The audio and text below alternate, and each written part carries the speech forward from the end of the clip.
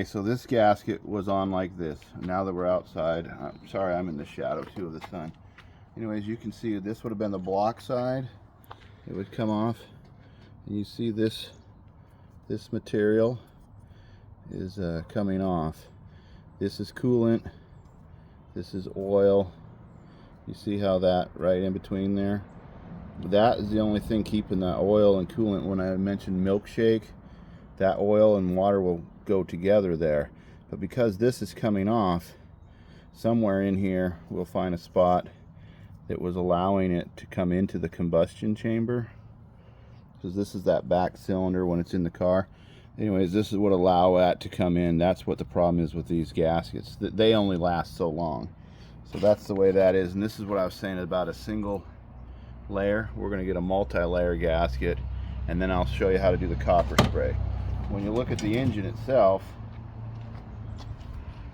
there's just a really fine area here on these cylinders.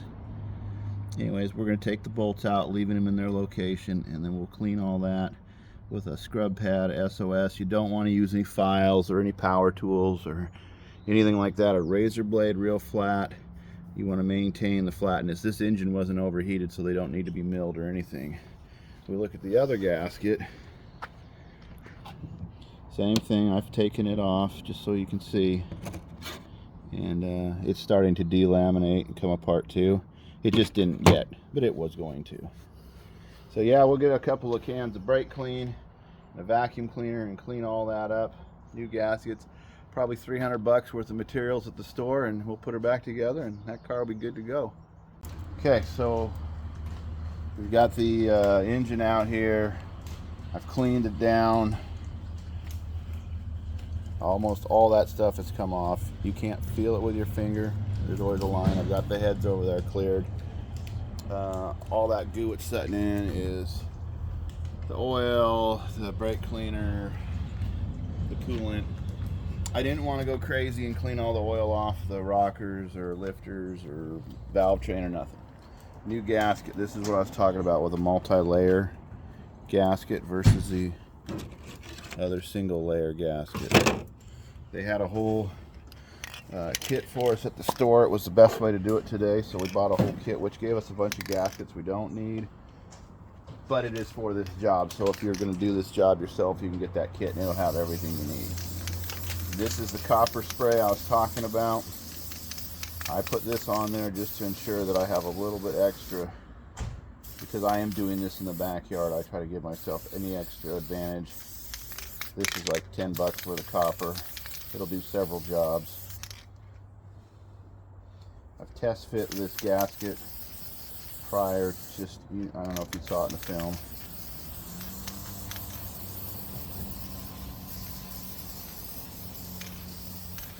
So I get that sucker on there. I'm going to show you this this passenger side first, just because I have the engine turned up this way. So you get that. There's these bosses that'll put it there. Okay, where's that ball? So let me show you about the bolts now.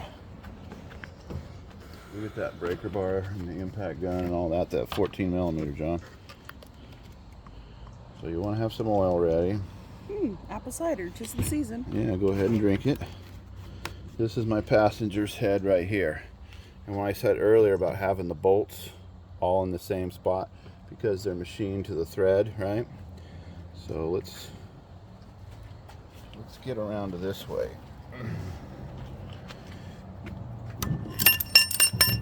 So this head will go on like this. So I took a minute and cleaned my table. It was upsetting me that things weren't staying that way. Now, this is what I wanted to show you. What you want to do is put this thing on as gently and as perfectly as you can. Okay, now it's just on there with the things, with the bosses. This is required for torque. So yes, I have these in the same order. As you can see, I've laid them out. All right, bring over that thing, John. Set it to 1.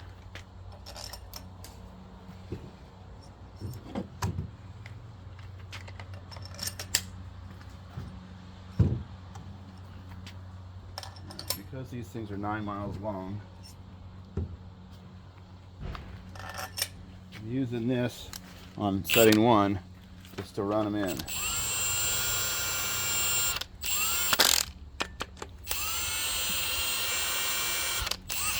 Why are you starting in the middle? Because that's the way you start.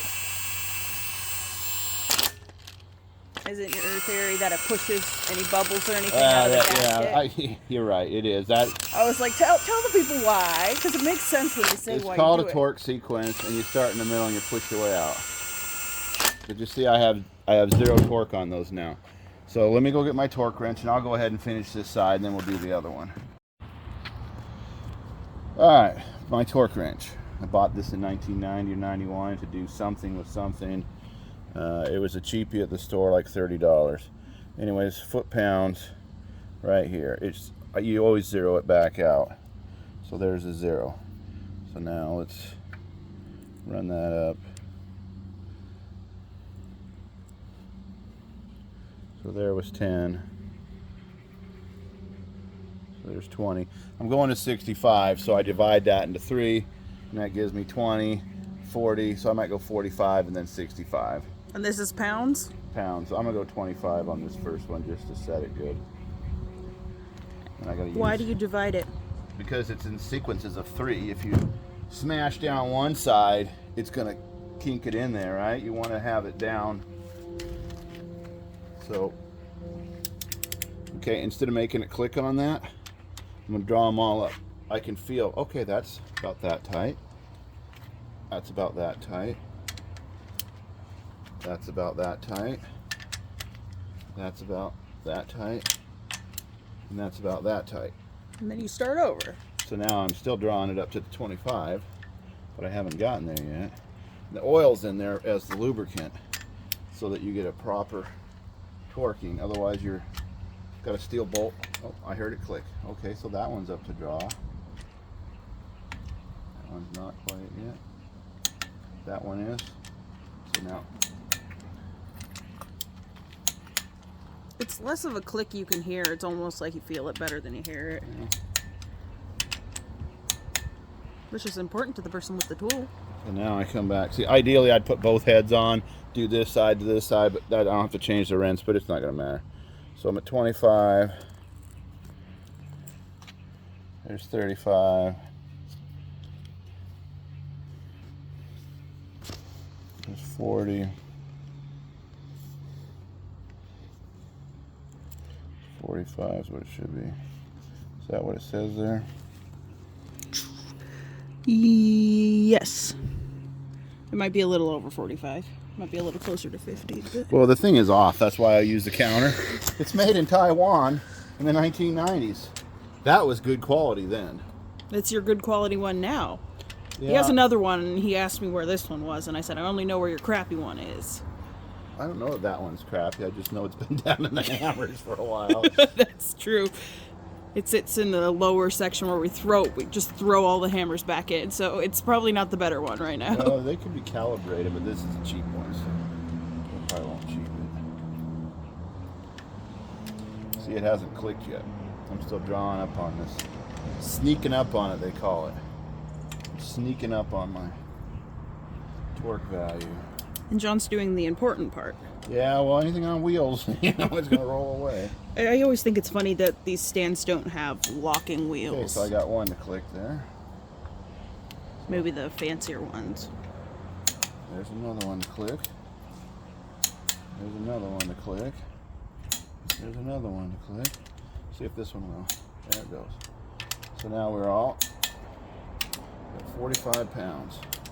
And when it's set to your poundage, it doesn't let you tighten it past that. You can go past it. Oh. That's just an audible warning. Let me go decision. get my magnifying glass because I'm old. We keep it hanging. Well, we did, but now it sits on top of the toolbox, or around the toolbox, or in the toolbox. Or somewhere.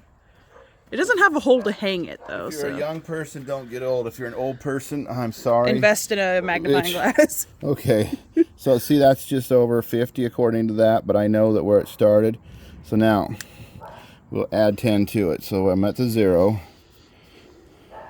And you can see that it goes, let me loosen that up. See, it goes 2, 4, 6, 8, and then there's a 0. We appreciate. So now I should be at 50. But when you look at this thing,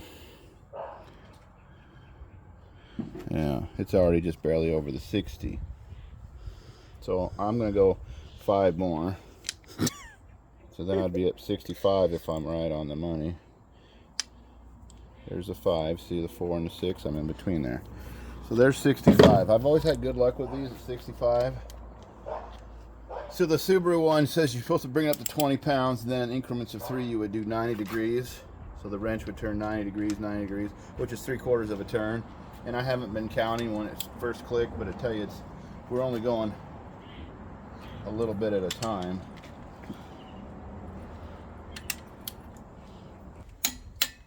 So now let's double check. So where am I at here?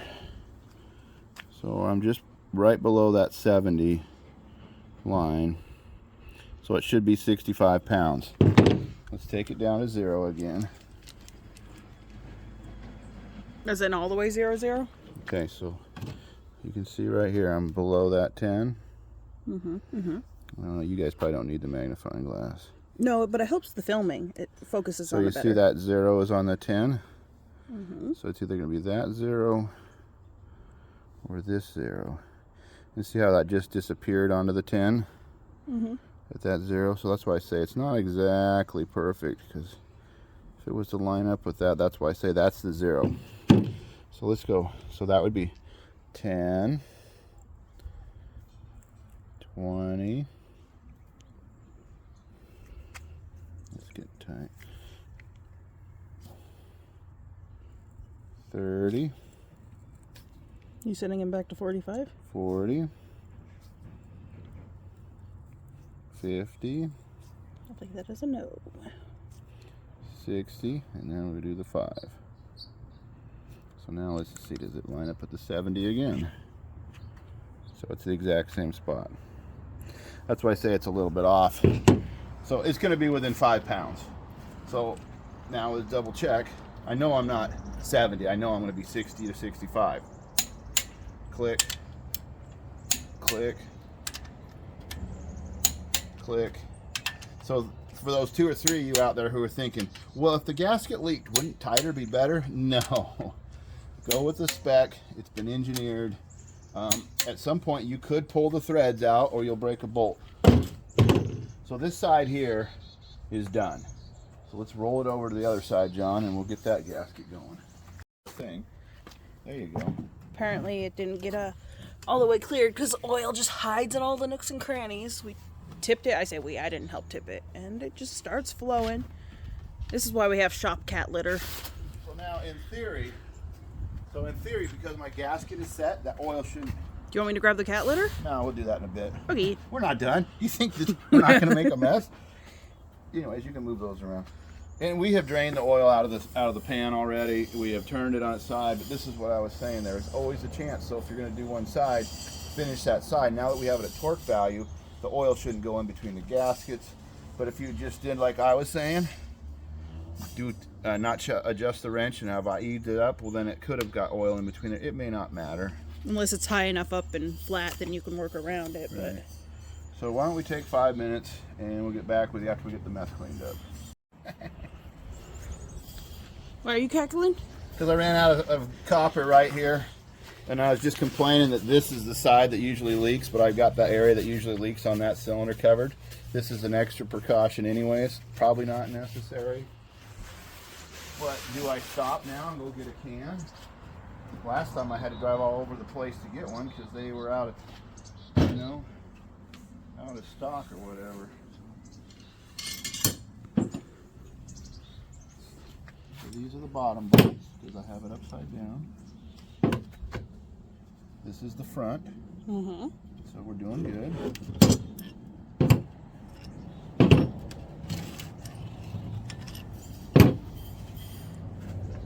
Wipe this down one more time. You can never wipe it off enough, especially when you're working outside. And it gives you a chance to feel it, look at it. You want to come around this side, Mary, I'll show you something. Yeah. Let me show the people rolling in his sunspot. You heard me say his name. So I've got this on its timing mark. You'll see some of the valves are open. There's just a little bit of overlap there. That one's open further. These are the back cylinder. That's how this is timed. So it's okay wherever the valves are at, as long as you've got them on the timing mark. The arrow is the timing mark. Yeah, this is upside down. So let's go ahead and put it on the stupid hinge. Oh, I need that piece of rubber in there. All right, this is a two-person job.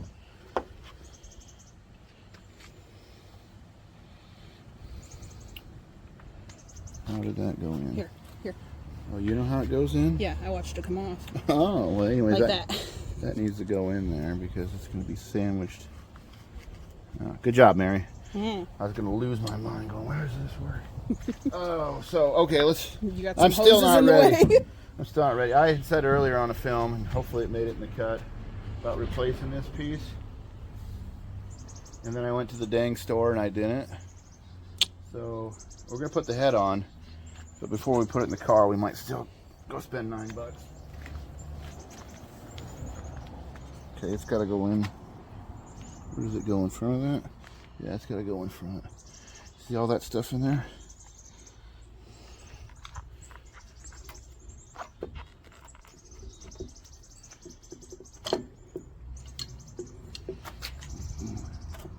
Something in the way. Don't put your finger in a pinch, John. Needs to be slid forward, it looks like. Like that? Mm-hmm. Yeah. All right. So now, yeah, we can still change that hose. It's not bad. It's just one of those things. You're here. Well, why do you want to be along the highway doing it? I don't want to be along the highway doing it.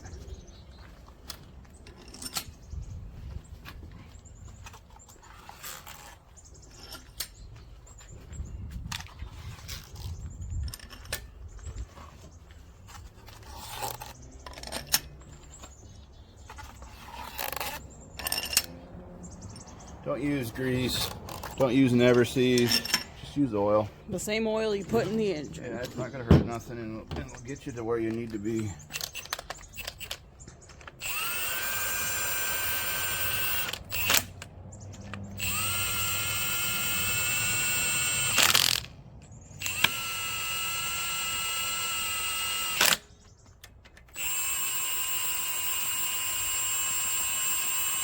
Yeah, if you're not a mechanic and you're watching me do this, hey, thanks for watching. If you are a mechanic and you're watching me do this, hey, just look the other way. This is, like I said, this is kind of a budget deal. This will work just fine for a car that, already has 217,000 miles on it.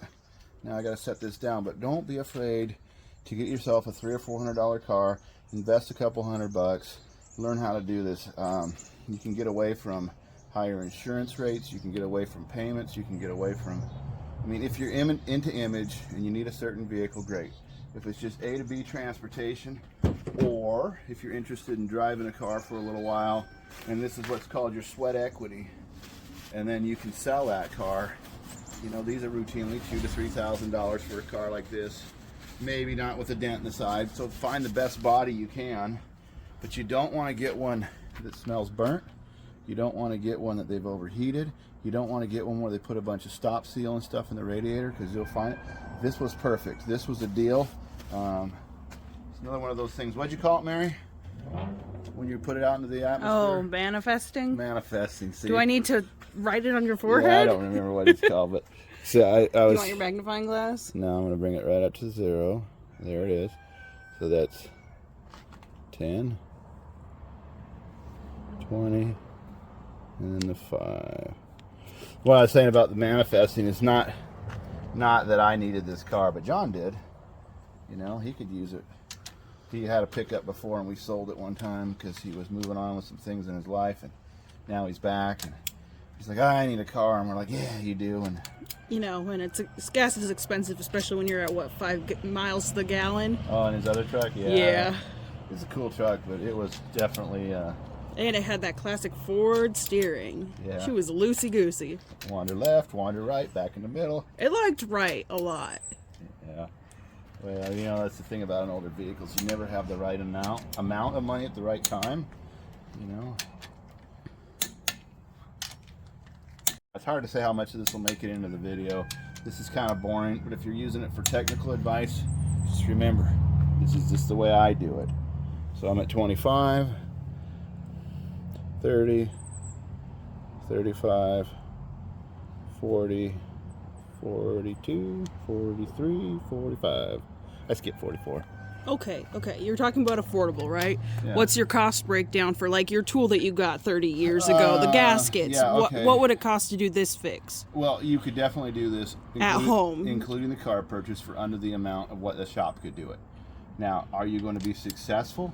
That depends on the engine. That depends on a lot of things. You're right. You may not have an engine lift. You could do Or this in the a car, stand. and it would be harder to do, I think. I've done them in the car. They're harder to do, considering there's just a few bolts here and you can lift it right out. John put, what did you put, $360 today into parts? Yeah. And then the car was $300. You spent $60 the other day for the title of the transfer. So, you know, Is that about $750? yeah, he's under $800. He still needs to buy a license tab for it once we get it running, and insurance. But you can't get away from those. Those are fixed costs, you know. It's like when people go on a vacation and they figure everything but food, and they go, "Oh, the food." Well, you eat every day, so that's kind of a fixed, you know. So you just got to figure stuff out, and it's not again just enough garage. What can you do? What can you do? Well, you know, there's cars out there. Usually you'll see them setting. And you know, they say the best time to go buy a car is Saturday morning. People are home, and you go up there and you just straight to the door ask them, "Hey, I see that car's been setting for a while. Are you interested in selling it? Is there something wrong with it? Or do you got a few minutes to talk to me about it?" And if they tell you, "Yeah, it's junk," or "No, go away," well, there you go. I've had people yell at me. I'm like, "Man, you're not very neighborly for a guy who was just curious." That's just me though. So I'm at 45. 50, 55, 60, 65. So when you torque a bolt, this little bit of resting time in between here may not be enough. Ideally, I'll want to wait about 2 hours for the bolt to re-stretch, acclimate itself to the environment, and then I'll come back through and I'll click these one more time before I throw the valve covers on. So just keep that in mind. Is the bolt, what you're doing is you're taking up the stretch in the bolt by a torque. What also is happening, these are used bolts, so they may stretch, they may not, but you won't know unless you check it.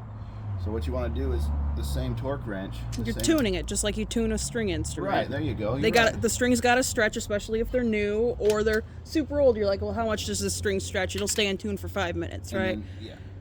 They say after 2 hours, though, it's, well, 4 hours. It depends on the bolt size, but either way, give it some time.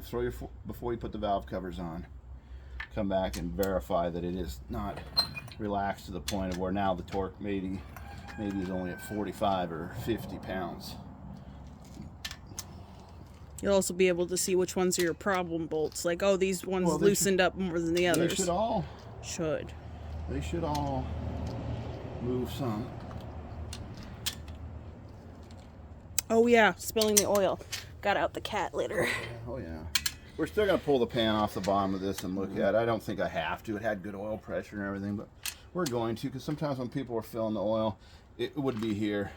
You would see bits of plastic or part of the oil bottle or who knows what.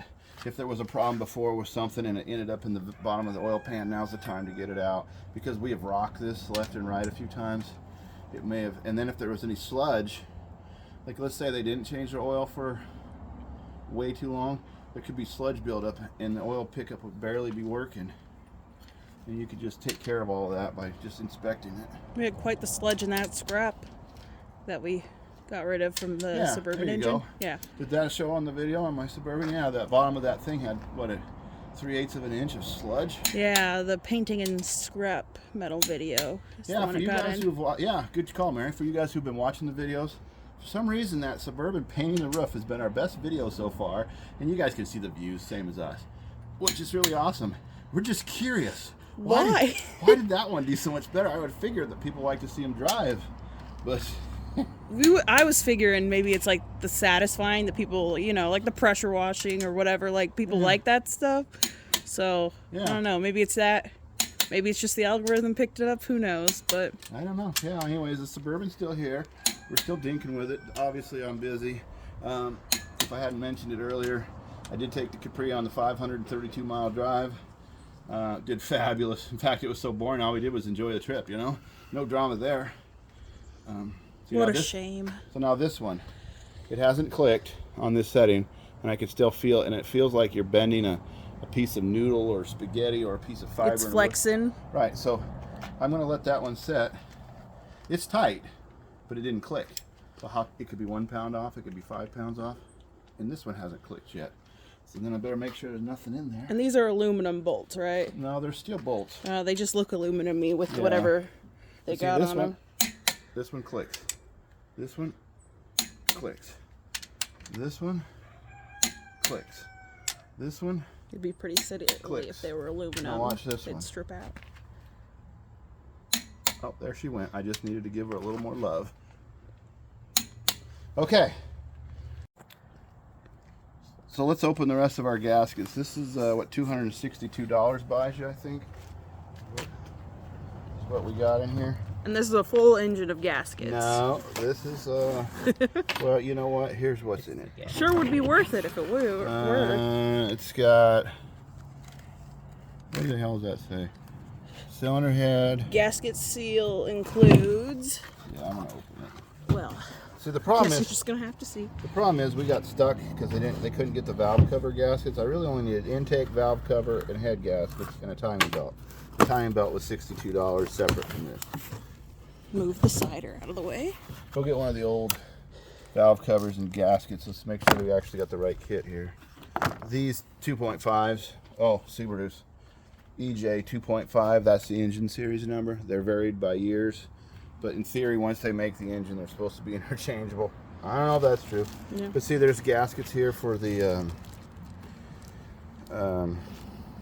this part here, the throttle body and stuff. Well, I didn't take that apart, you know. There's these exhaust manifold gaskets, which were handy. And these are valve seals. If I wanted to take, these are going to go underneath the valve. Those would be important. Let's say if this belt broke and it damaged the valves, I'd have the head off. I'd have to take the rockers, the cams out, and then I could do, the valve seals. I'd have to pull the springs and everything. So that's to save it for a later day. Speaking of these EJ25s, this is kind of a funny full circle moment for me because a couple years ago we replaced my head gaskets on my car, Right. also an EJ25. Yeah. And I made a PowerPoint for my engineering tech class about it. So now here I am making another video about it. Yeah. So back 2.5. So back here, these are the cam seals. Oh, there's these two. But see, we didn't take this apart, so that seal's not bad. It hadn't been leaking oil. So this is why when in the front here, there's going to be a cam seal in there. For these others, there's all kinds of O-rings and stuff. So if you're doing a whole job, then these parts are important. But in our case, they really weren't that important. But that's what was on the shelf. I paid a little bit more for the whole kit, but that's just the way it was to get it done today. I mean, it's six of one, half a dozen. He paid more. Well, yeah, but some of this stuff is good. It's just not needed right now. So it goes in a box that sits on a shelf until we need it again. Take it out. That's what we're doing. Take the old one off. You think this one started out blue? No. No, these look like the original Subaru stuff, but it doesn't mean that they are the original Subaru stuff. It just means that they are the original style. Yeah, it could have gone to a Subaru dealership type of thing. They usually have the so actual now, parts. These rubber gaskets are reusable to a point, and this is what I wanted to show you the point. If these leak, they are a bugger to fix. So you spend the money up front, but what happens is they crush down and they become hard. This one probably would go back to service, but for the price of a few bucks in the gaskets and to avoid an oil already leak, having the gasket. and to avoid an oil leak. Oh, here's those spark plug deals, so we can change those right here. Oh yeah, did you get new spark plugs? See those? Nope. No. Trust these ones? Well, I cleaned them. That ran good. Oh, good. We're going to save ourselves $35 on spark plugs. So each one's about $5 and multiply that by the 6. So it adds up. Let's find the right pieces. Should be 4 of these. So you can see somebody silicone those in, but when I got the engine on its side, I can just put them in here like this, right? So this is, again, the advantage of having it on a stand outside of the engine, is I'm not humped over here trying to fiddle with my hand and feeling it. I can actually see it. You know, yeah, that's set all the way, and I don't need to use the silicone, because this is my issue with silicone in an engine, is eventually, and we know it, it's going to break down. Some and of break that off. has come off, and that's what we're going to look for on the oil screen, because if that goes down into your engine, it's going to gum it up. So we can actually start working on that now, since we know we have the right parts. Let's set up for that, Mary. All right, so we got it turned over. Again, more coolant came out, more oil. More cat litter. Let's make a spot here. Put down a paper towel there. All right, how many bolts? How many bolts? It's got to be less than the other engine, right? I don't know.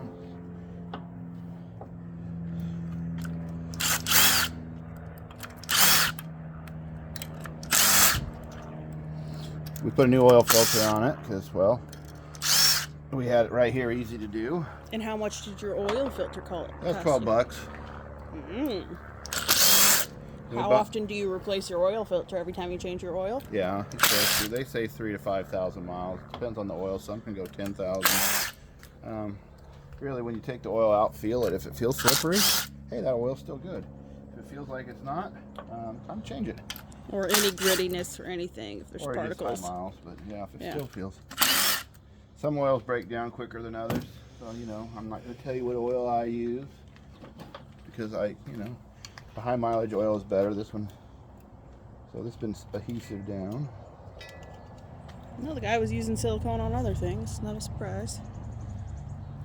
Well, this is most likely from the factory. I don't know if this Subaru is still made in Japan or the U.S. at this point. No, it's 17 years old. Find a hammer. Well, you have your sand hammer out here. Yeah, I needed some chisels too. A chisel. I needed these Craftsman chisels. If everything's a hammer, everything's a chisel. We're saying chisel because I have another child you may have seen. Anyways, she was little. She called things chisels, and what else did she say? Polterologist. Instead of poltergeist. Yeah. She did a lot of teaching herself how to read, so she never heard the words out loud. And so she'd say them, but we didn't hear chiseled until she was 19 years old. So we were like, hello? So now we say it because it's fun. And she's going to see this and be like, what the heck?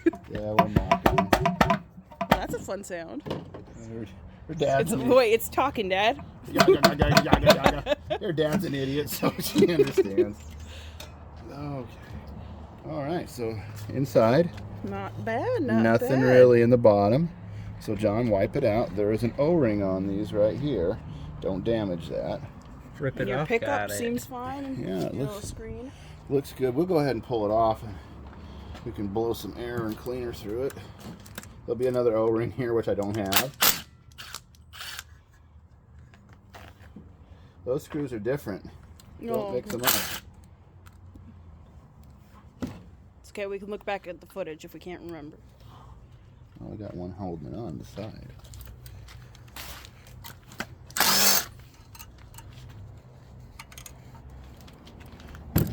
These screws are different. Don't mess with them. Okay, where's that? Well, you got 2 bottles. I got one. John needs to throw that. Oh, great. Now the straw came off.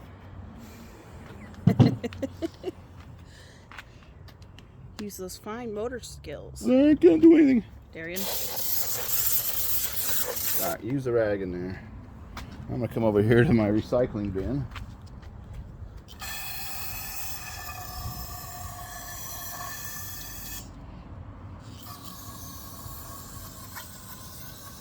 So, fun story. Is it? I got this friend who had a Volkswagen Jetta one time. I think that was a Jetta. No, it was a Passat.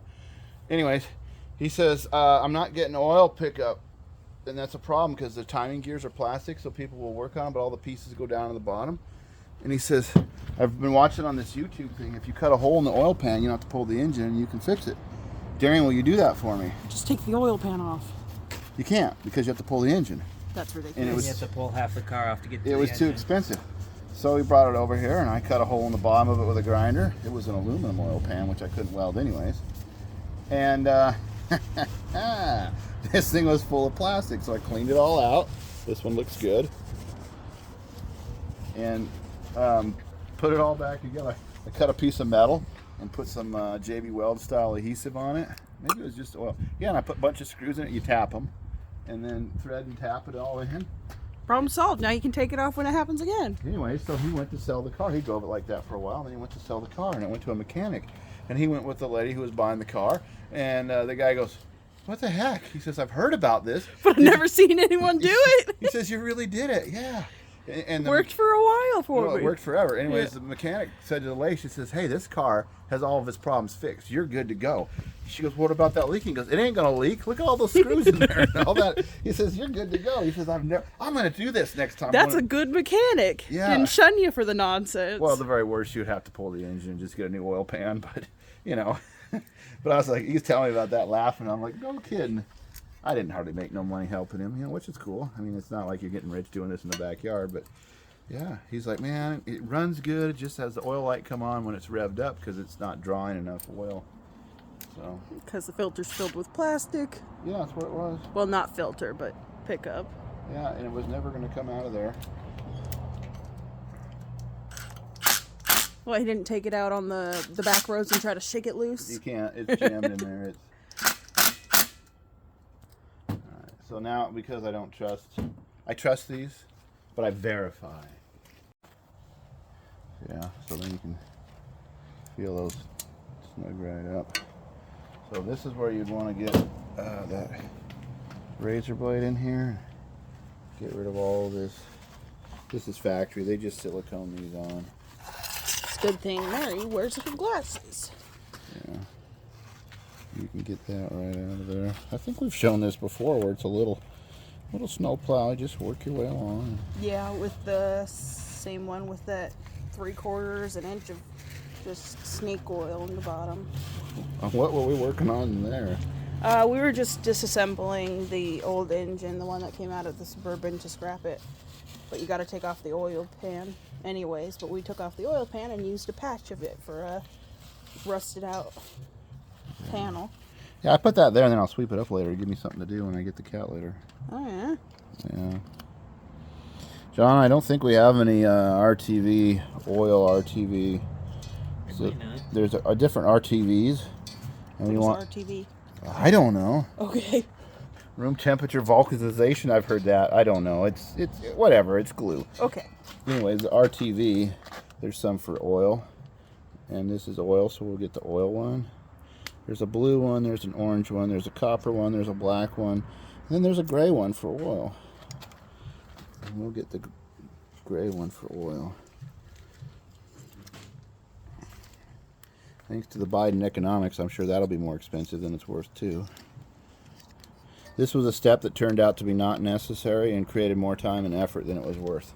But you gotta wait the couple hours for your bolts anyway, so might as well diddle around. I just wanted to check because I have pulled these off before and there's been stuff in there, and you know, this engine has, and this car hasn't been messed with. It was just driven, you know. So you never buy a car from a teenager because they don't maintenance or take care of them, and they always half rig everything. So you want to make sure that you don't. Same thing applies to early 20s. Yeah, they don't have the money to go and spend on the right stuff, so they say, "Oh, I hope that'll work." Patch. I mean, you can't get away from being cheap on everything. There's some things you can save money on and some things you can't. But you got to get your value, right? You want to make sure you get the best for your... And having this already out, it just makes sense to check. Because it'd be a shame to put it all in and go, no, it doesn't have oil pressure now after you spent all the money. And there just turns out there was some stuff in the screen. And then I'll take a wire brush on that with my grinder because it's metal, and I'll clean all that up and it'll go pretty quick. I guess we'll take a field trip here. It's time to take the dogs to the park anyways. We'll probably get this all put together tonight, like assembled. We'll probably do one more video on the timing belt because we got a new timing belt for it. And then we'll put all the covers and everything on. I think tomorrow, if the weather's still nice, we'll set it. You know what, Dad? I think he heard you say park. Yeah, it's about time. Well, in an hour and a half, it's 4. Yeah, but we gotta go early tonight. We got some things going on. Okay, so we're back on the Subaru. Last night it was getting dark. I finished the heads, the valve covers. We retorqued everything. Anyway, we put the oil pan back on. That was not a nothing deal. Today, the sun, I put it out in the sun so you could probably try to see these marks best. On these Subarus, there's a mark. Someone's previously marked this. It's obviously had work done. There's a line there, and you see that little notch. So you see that line, you see that line. Those all line up. And this one's the easiest because it's got that mark, and it goes with that notch right there in the top of that. So we're gonna set you up, let you watch me put the timing belt on, and see how simple it really is. So these timing belts, this is new. My hands are clean. There'll be an arrow on here showing you the direction that the engine rotates. There's a line, and this dot is the crank. So what you want to do is when you put this on, well, I'll just do it. You put that into that line on the timing belt, lines up with that.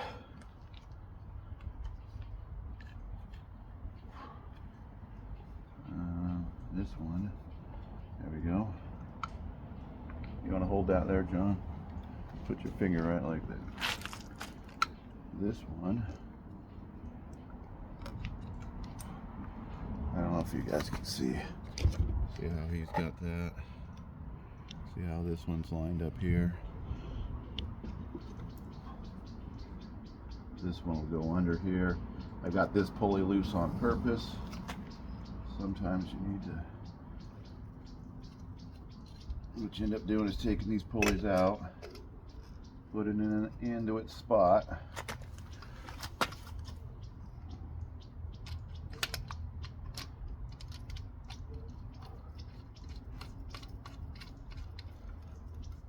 Okay, so once I put that in there, I'm still on this mark, and then I can pull that tension up. I come along the bottom,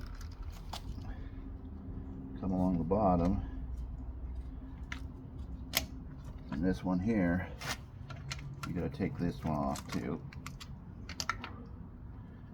This one goes over your water pump around this idler.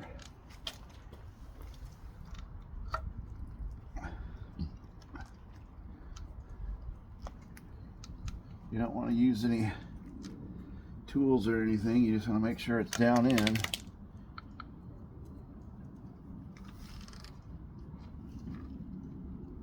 A little bit of fiddling and you'll usually get it.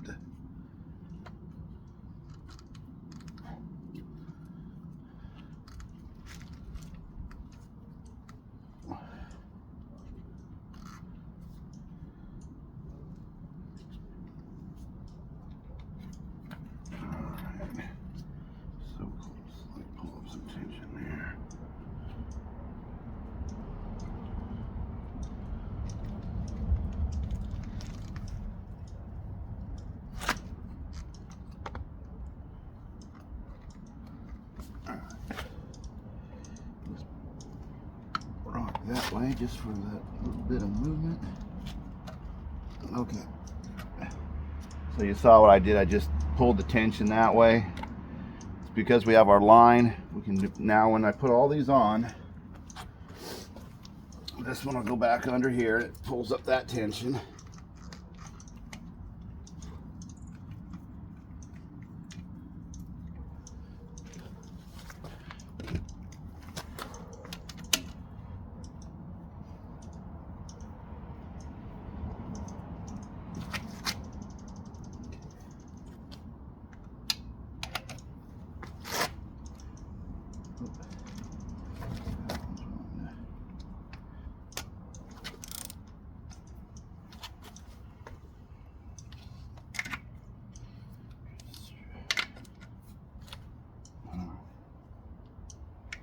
Now,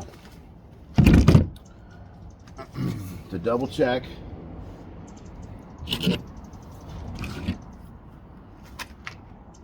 they're all shifted this way, which is perfect. So we'll rotate it back. It's not gonna want to move.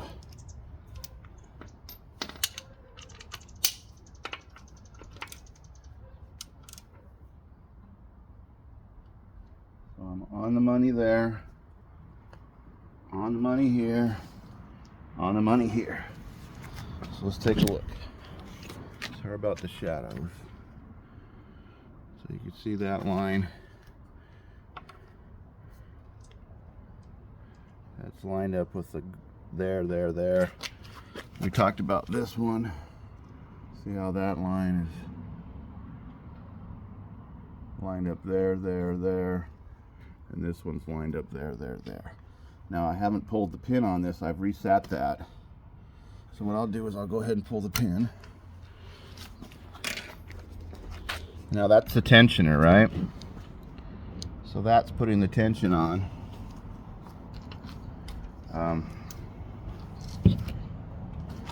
To make sure that you've got it the way you want, you can give it a little shove like that, and you can tighten the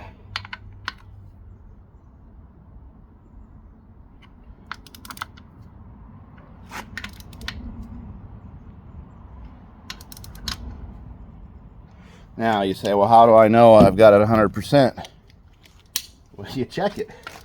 And right now we'll rotate this and we'll feel if it's hitting any valves anywhere in there. I can hear the compression. Now what's going to happen is you're never going to get the marks to line back up again. We don't care about those belts anymore. We line that one up with that one, and this one with this one, and this one with this one, and we know we've got it. All right, so if you say, oh, I'll keep going around to the white lines lined back up, that'll be 200 years before you get it lined back up. Of course, remembering this is a smaller pulley, this will turn one time to this one turning twice. So here's one of those white lines. You see how they'll never. You see, you would say to yourself, oh, I'm off. No, you're not. So I can line that back up to there. I can be there. I can be there. And I've rotated. I feel confident with it. So we'll put the plastic back on and we'll show you the video probably as we're installing it. If you have any questions, write them in the comment. Like I say, we replaced that hose down here. Just a few things. I didn't wash the engine. I'm not going to wash the engine. There's no reason to wash it and get it all wet. Yeah, it would look nice, but I just don't want to get everything wet internally. Okay, so we didn't show you dropping it in. The shadow was too weird for the camera. It's in there. Where I'm at right now is we've got it bolted to the transmission. I started with the first torque converter bolt. The torque converter spun freely, no problem. I know I'm not in a bind. And I'll work my way around by turning the crank. John's underneath. Hi, John. Hi. He's doing motor mounts. There's 2 motor mounts underneath that are 14 millimeter. And then he'll put those new exhaust gaskets and exhaust system back together. Then really it's just intake manifold, as I showed earlier. That's one unit. You take out the bolts. There's 8 of these. You can reach right down inside there. And that just goes on with new gaskets. And then here's the big wiring harness. That connects up to the back of the motor. There's some bolts for that. Fuel lines over here. Here's your little fuel regulator. There's a return line. There's a vacuum line for the master brake cylinder, your spark plug wires. Up front you got your 3, your cam, cam and something else. Then you've got your crank. You've got your coolant temperatures. Back here you got a NOx sensor. Back here you got 3 more for cam stuff. So it's got these 3 right here, these 3 right here, and then these 2 oxygen sensors come up to this, and they'll be on the harness. And then once the intake manifold's on, we drop the air conditioner and the power steering pump, all that junk back on, slip the radiator in and rock and roll, and we'll see see how she runs. We'll probably get to it today. We got a few things going on. This has been an infield job for us along with our other stuff. So hopefully we'll get it running today, but if not, it'll be in the next day or so. Okay, so we got the engine back in. Anyways, you want to fill the block with these from the top because the thermostat won't ever get enough heat into it, overheat and all this crap. So you fill this top. This is a straight mix. So I'm gonna put half of this in with water, half of it in with coolant. It's new coolant. Kind of tough filling these top radiator hose, but that way you know you'll have something in it when you go to start it. It's gonna have to fill the heater core and everything, so it takes quite a bit. So that's almost a gallon there. I know I've got plenty in there now. Then I'll fill the radiator with water, put the battery in it, and I'll crank her up. Longer line engaged. That goes there. Now if you leave this one disconnected, that way if your tool hits some metal, it's not making a circuit.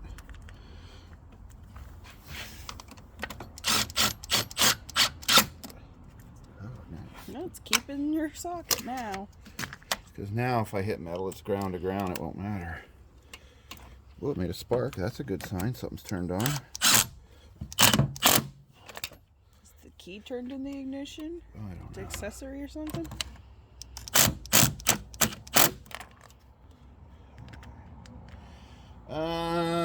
Shoot, we might be ready to start it. I mean, I put oil in it. I've got some coolant in it. Don't you got to do the top with water now? Yeah, but I can get it started first. Let's see what happens. Hope the key's in it. I expect it to smoke a little until the exhaust burns all that old stuff out. But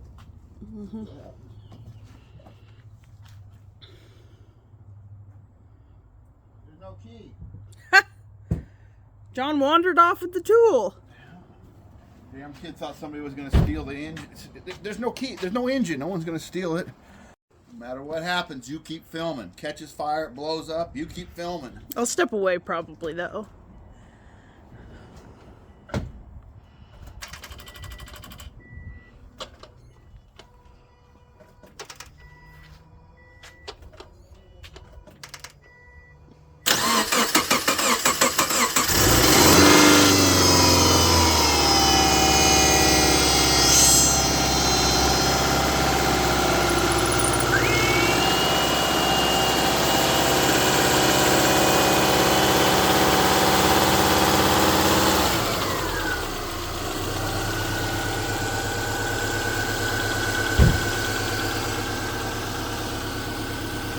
What's it look like underneath? We losing all kinds of stuff yet? I see some drippage, but it did bubble over, letting out the air bubbles. Yeah, that's because I had So- water everywhere too. Yeah. So when you start these Subarus, because and the piston only moves that far in there, these get really bad cylinder wash. So when they start, you keep them revved up for 2,000 RPM or something like that for a few seconds, and then let them idle down. If you ever have a Subaru and it's flooded, you crank on it, you're just doing yourself a disservice. At some point, you'll have to probably pull the plugs, put a little oil in there, and start them if you've gone too long. So you also heard I cycled the fuel just a minute or two on and off just to build up that, make sure it was ready to go so that I avoided cranking. Anyways. We already smoked off what was on the belt, so. What's smoked off? The water? Yeah, the steam. Oh yeah. And then dripped oil. Yeah, it's gonna be a few minutes. I'll go run the heater so we get all coolant in there. See, it's still bubbling out the air as it cycles through. And it's gonna burn. It's gonna stink and burn because the exhaust system's covered with oil, and the exhaust pipes are full of antifreeze and oil and crap. So just ignore all that. Trust your work. Let it run for a while. Take it for a drive. After about 3-4 miles, should be good to go. So let me go turn the heater on.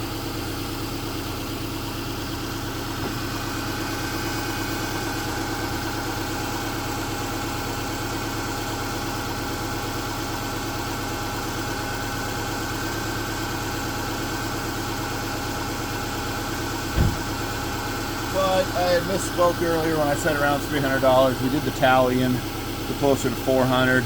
There was one little hose down there we paid 25 bucks for, the timing belt for 60. The oil and antifreeze the other day, I mean the antifreeze, I mean, it was $55 for antifreeze and some RTV, I mean, and then that one belt.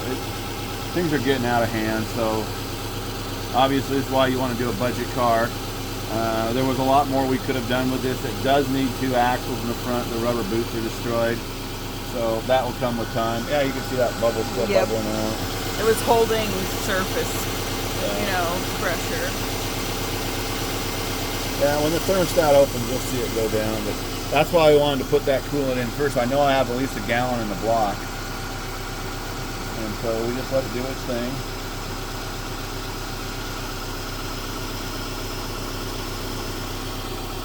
On the old Subarus, they have a cable, run by a cable, and you can rev the motor. This is all done with an electrical switch, so there's no revving the motor from here. You have to go inside to rev the motor. But we didn't disturb the air conditioning or the power steering by putting them off to the side. We didn't mess with the transmission. We had the 2 lines on the radiator for the coolant, for the circulation, and those did just fine. I can see that it's ready for a fluid change. I'll talk John into that. It looks pretty black. Yeah, it's just working its way out. And we want it to run anyway, so we can see if the fans come on.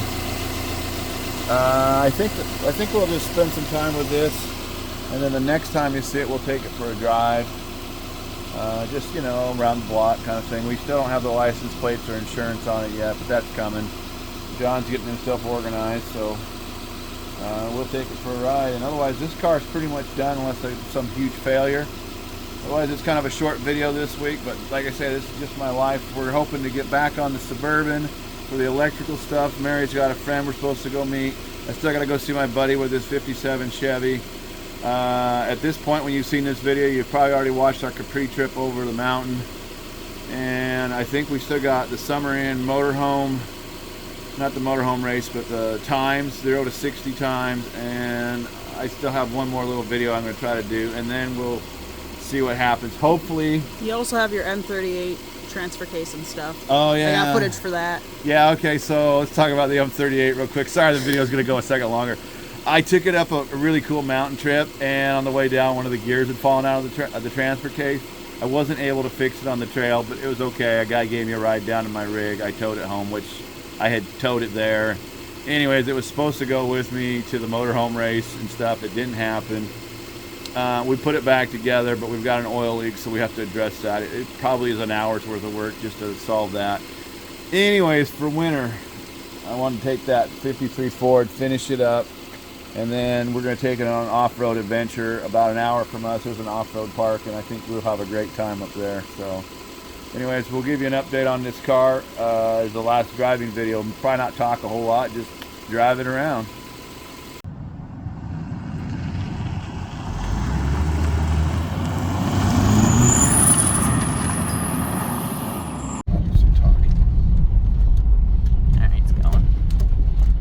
Okay, so this is John's 2006 Subaru Impreza Sport. We have put 17 miles on it so far. We have, of course, you saw the engine running. You saw that we rebuilt it. Well, rebuilt as far as Subarus need mostly.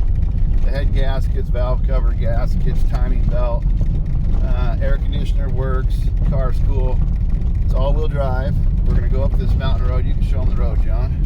We're going to go up this road. It's about 3.5 miles. This is a ways from our place, but we can see the Puget Sound. So we're going to go up here and show you guys the Puget Sound. As this video is coming to a close, we might rally the car on this gravel, depending on how many people are up here. See if we can get some high-speed shots, whatever. We were looking at our analytics the other day, and we're noticing that there's a lot of people have done the survey, and you guys like the adventures, you like seeing the scenery, you like working on the vehicles, you like hearing the stories. It's all about I guess we do touch bottom some places. It's all about 25% of everything is about 25%. So And we understand that most people like around a 35 to 40 minute video, so that's what we're going to try to do. You know, thanks for the input, that's helpful. This road is pretty well washboarded and rutted up. It's very popular up here. It's a beautiful view when we get up to the top. So we're probably going to show you the road and then do some music with it so you can just see some of the Northwest.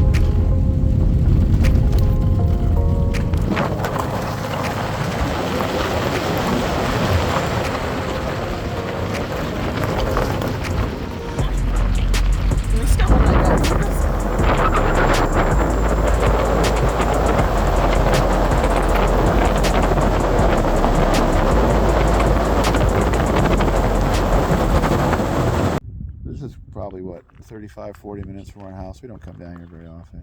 No. You know.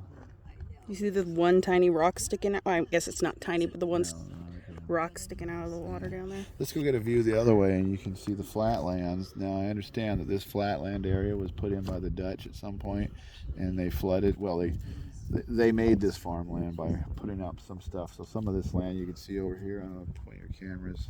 Yeah. Some of that land there was created. Yeah, they were creating farmland and stuff for eons themselves. ago. Anyways, let's go. Eons. Eons. Yeah, eons. Rolly can't read signs of safety. Yeah, he does his own thing. He's gonna realize that's a problem. Let's go down to the hang glide spot, Mary. I think these trees are grown up. Yeah. Oh, show them that tree there. The one that's kind of a bark. Oh, the Madrona? Yeah, Madrona tree. It's kind of a bark. Hey, Rolly, no. You're the one who let go of his leash. I'll put a picture in, but they're bark peels. It's like a ceramic color.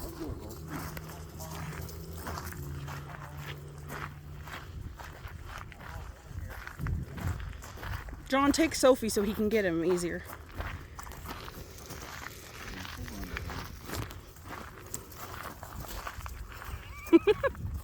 Almost lost her too.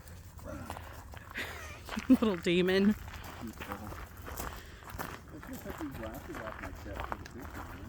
Eh. Oh.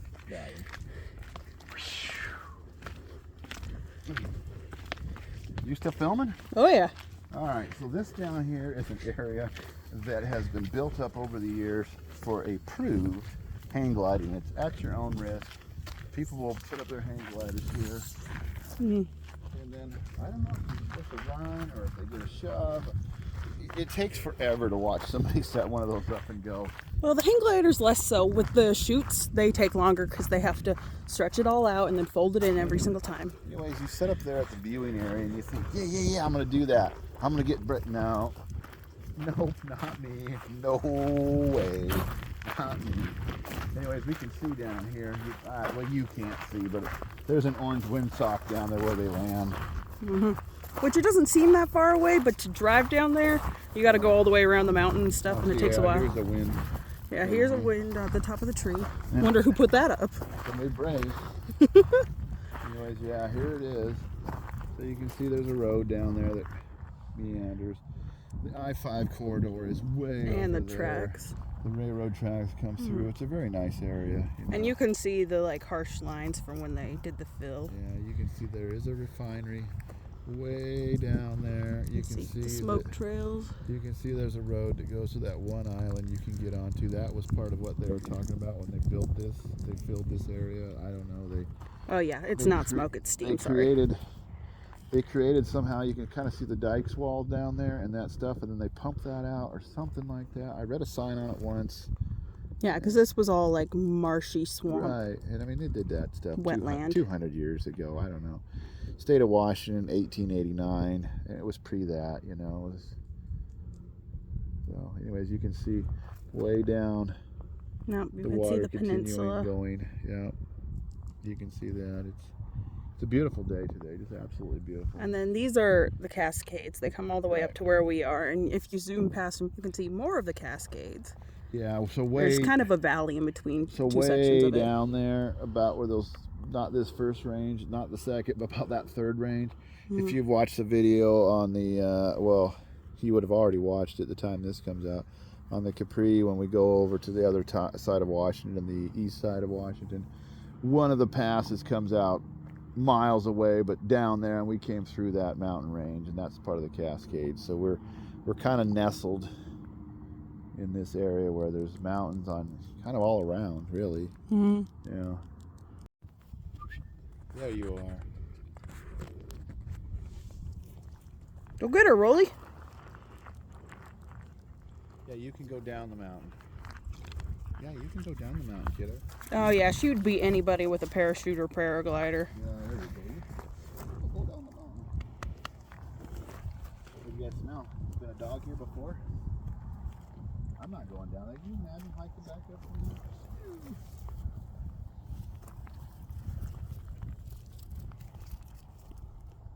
Look at that guy's field. He did it so great on that one, but it's a little... Start the video right here. All right, this is probably much the outro of the video. We had a great day. We've been out doing some great things, but John, $800 is about what we got into the Subaru. Of course. What have we done for $800? We rebuilt the engine, kind of. The insurance, the title, and all the licensing. And we purchased it, fixed it, got it running, driving. It is a dependable car. We're going to use it to get home. Just so you guys know in our videos, we don't have no chase vehicles. We got nothing. We don't have any. We brought some tools, but we couldn't fix nothing without parts. Anyways, we're on this tour. You guys have seen where we live. We already get some videos of that. We're going to rally the car down the gravel road a little bit as our outro. Otherwise, next week, look for a good video. Look for a new video. And for you guys who took part in the poll, thank you, because we're going off of that. We're right on with what you agreed with. Tours, adventures, driving, revivals, repairs. And you know what? I'm not a mechanic. I'm a dad. Anyways, I'm a guy spending time with his kids. I enjoy it. And I think that's about it. I don't think we got anything else. Look for it. We're still doing the 53 Ford. We're still doing some of the other stuff. The Suburban's going to show back up. I have some plans for it still. The Capri's probably put away for the winter. The M38's put away for the winter. The Rat Rod's put away for the winter. But we got some things coming on. We've got some other videos you haven't seen. We're going to compile those. We've got lots of good things. So get on it and get out there and do something with your time. Thanks for watching. Let's go see the world.